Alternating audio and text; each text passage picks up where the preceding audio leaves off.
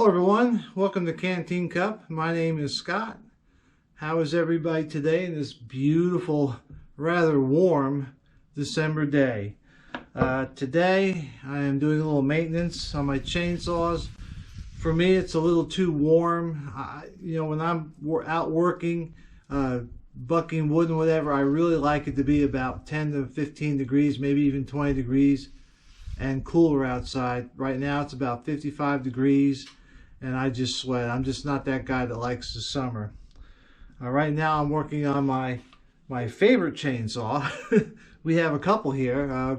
Each one does a different job, but this is my Echo, and it's a 68cc chainsaw with a 3/8 chain. And what I like about this chainsaw is two things.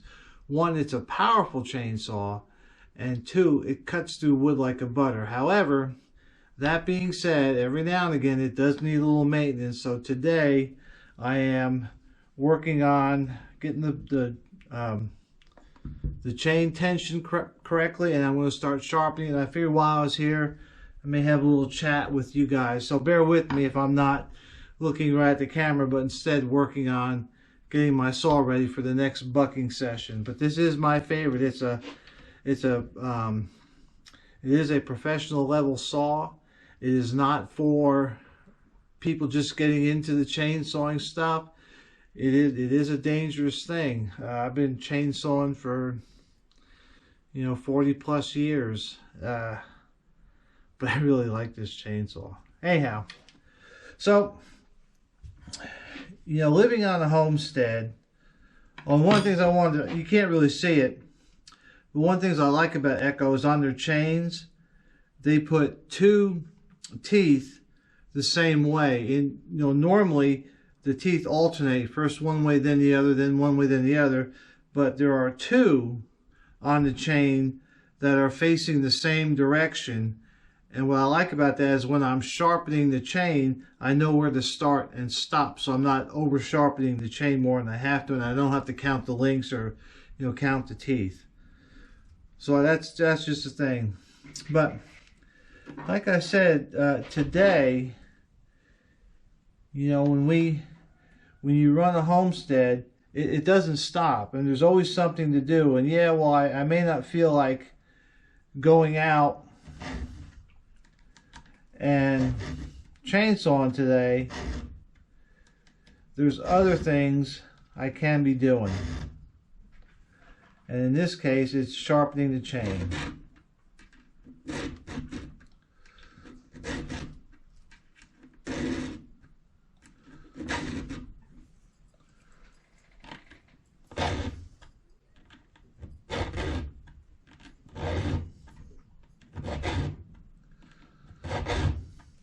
And yeah, what I'm doing is I'm counting. I'm giving each one five licks, and what that does, if you do it evenly, then the chain won't drift. If you sharpen one side more than the other, the chainsaw will, instead of cutting a straight line like this, it'll cut a curve either like this or a curve like that, and it's rather annoying. I am not the most professional of chainsaw sharpeners, but I can keep these chains going, and it's an important skill because a chain can dull during your outing, and if you can't take it to someone to sharpen it, then after a while the chain becomes unusable, and you either have to replace the chain or you just out of luck. They can get that dull, especially when cutting hard woods. So for those of you that have a chainsaw, take the time now. Whereas if you really screw the chain up, you can run to Home Depot or Lowe's and buy a new one, or you can take it to somebody to sharpen it. But when our world degrades and it's just you and a file, that's not the time to start learning how to sharpen your chainsaw. So, but yeah, maintenance is always ongoing, and there's always something to do on the homestead. Alright, and I just want to say, Aegis, blooming, vibrant. Aegis, blooming, vibrant. And so, and what I do is I just keep going. I get hit each one 5 times.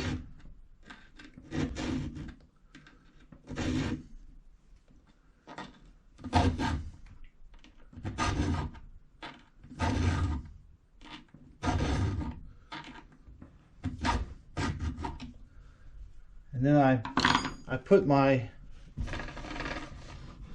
rag that I used to pull this, I put it on the last link I sharpened, and that way I know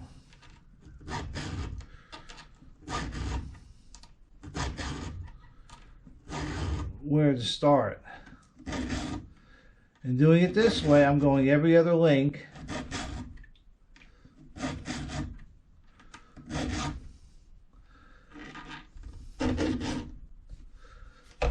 But maintenance is important.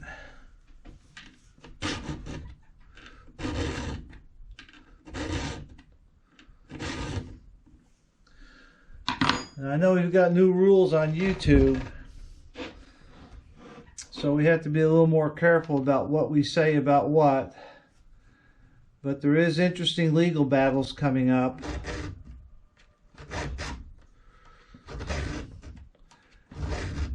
And so I'm not making any predictions, but I'm just waiting for the outcome. And I hope everybody out there can be patient as these cases work their way through court. And let us hope that in the end that it comes out the way it's supposed to come out. And I'm not really saying one way or the other, but you should, just be prepared. We can't win all the time, and the reality is, we're really not set up to win all the time, and that's okay. The way I really look at it is, sometimes one party wins and sometimes the other party wins. And when that happens, of course, we'll just say right and left instead of when the right leaning party wins, they get to negate a lot of left policies and institute their right policies. And then typically 4 to 8 years later, the left side gets on, and of course they negate a lot of the rights parties policies, and then institute some of their left-leaning policies. But what typically happens is there's a lot of stuff that's just kind of in the middle that nobody really touches. In other words, when the opposing party takes over, they go after certain key positions or key laws and policies and get rid of those and institute their own. But a lot of the other stuff that was passed, stuff that's kind of middle of the road, they leave. They just go after the key issues. So really what we get is a country that is not either too far to the left or too far to the right, but somewhere in that happy middle spot. And what I like to say is, while that everybody may not be happy, most people are at least content. And that's really where we want to be. It just wouldn't be a good country if we were all one side or all the other. So this back and forth is good for our country and good for our, good for us, because we kind of get the best of both in that middle. So that's all I got. I'm going to continue sharpening my chainsaws. I just wanted to say hello and hope everybody's doing well, getting ready for the holiday season. Merry Christmas to all. We'll see you.